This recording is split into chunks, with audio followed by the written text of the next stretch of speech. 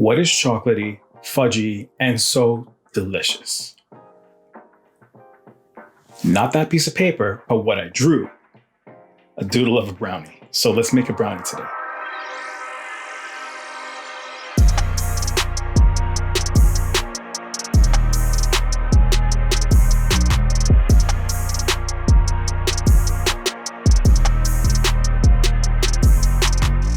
There are many obvious reasons why brownies are delicious. They are rich in texture, sometimes they're cakey, sometimes they're flaky, sometimes they're fudgy, but there's so much chocolate to go around.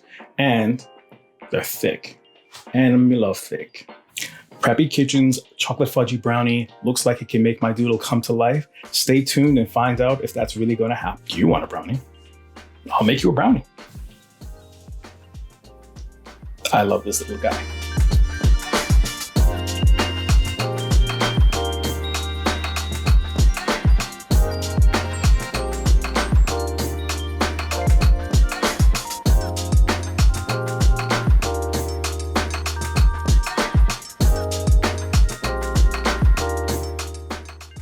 What you'll need is your dish.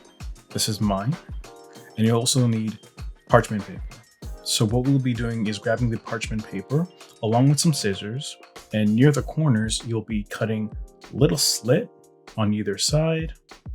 And then that will make it easier to place the parchment paper within the dish. You're gonna love this parchment paper idea because I think it's fantastic. The parchment paper is a lifesaver.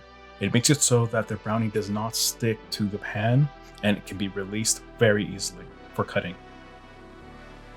You will need 1 cup of unsalted butter.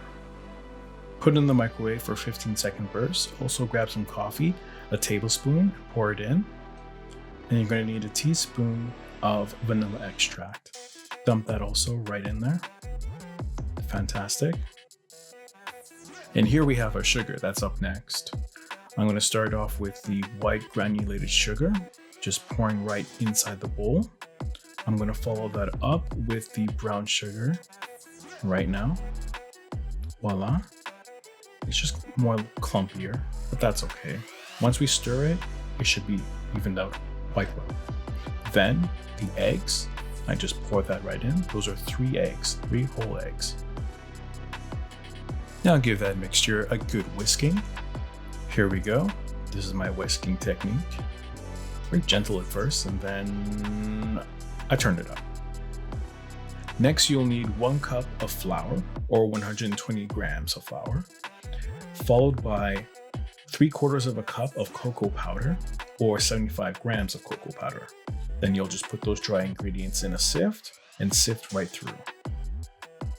Take your time with this. I don't know how big the bowls that you have in your home are, but mine's kind of small, so I didn't want to make a mess, as you can see. Also, you're going to be adding 1 tablespoon of salt. Sift thoroughly with all the mixtures going right through, because I know you want it finely mixed in. This is a little bit of a shake, and then I use the spatula to kind of make it a lot easier. I'm using the whisk to whisk all the ingredients thoroughly, but then I got lazy and I grabbed this. Mix your ingredients till it's nice and silky smooth, just like so.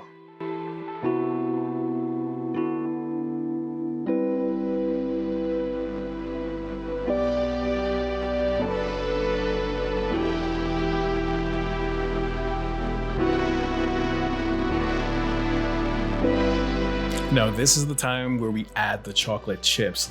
Let them fly into the bowl. Oh, it looks so good. Then you're just gonna fold and flip and stir.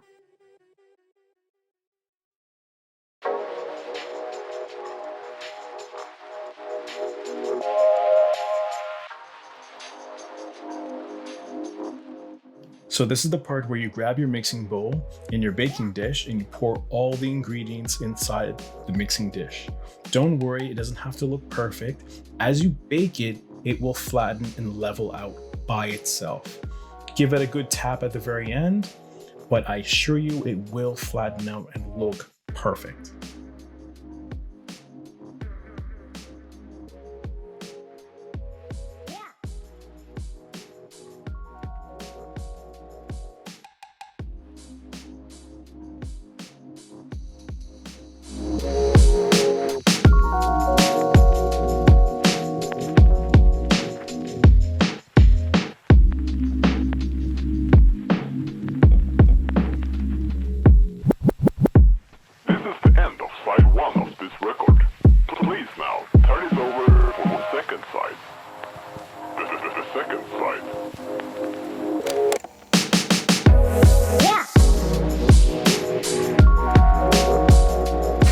This looks absolutely delicious. So delicious.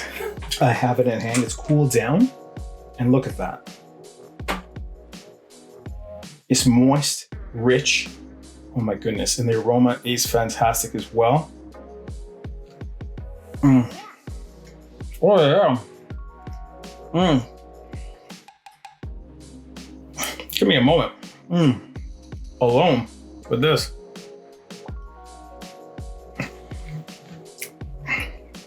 It's so ooey gooey, and it has the crust and crunch at the top, and it's just soft. There's so much texture. This is phenomenal. It was easy to make. It's not too sweet, and it's got that punchiness from the coffee. I didn't think it would actually make a difference, but it actually does. So, surprise, surprise. I love it. I love it. This is good. Thank you for joining me for my butter half and making this little guy happen. So those at Preppy Kitchen, this is an amazing recipe. 10 out of 10, I would absolutely recommend. So like, subscribe, comment, and share. Until we meet again, baking is beautiful, so let's do it again.